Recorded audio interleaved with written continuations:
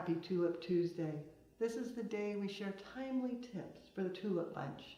Today, introducing the pasta Gerbera. Yes, pasta, P-A-S-T-A, like you would eat. They are so fabulous, curly, multicolored, and they come in so many different varieties.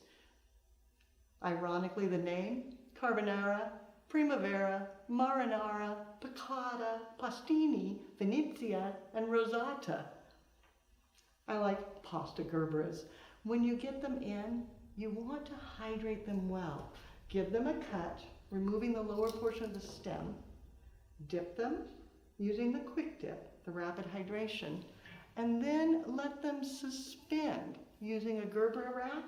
That way they'll straighten, harden off, be sturdy, and hold so well for your designing.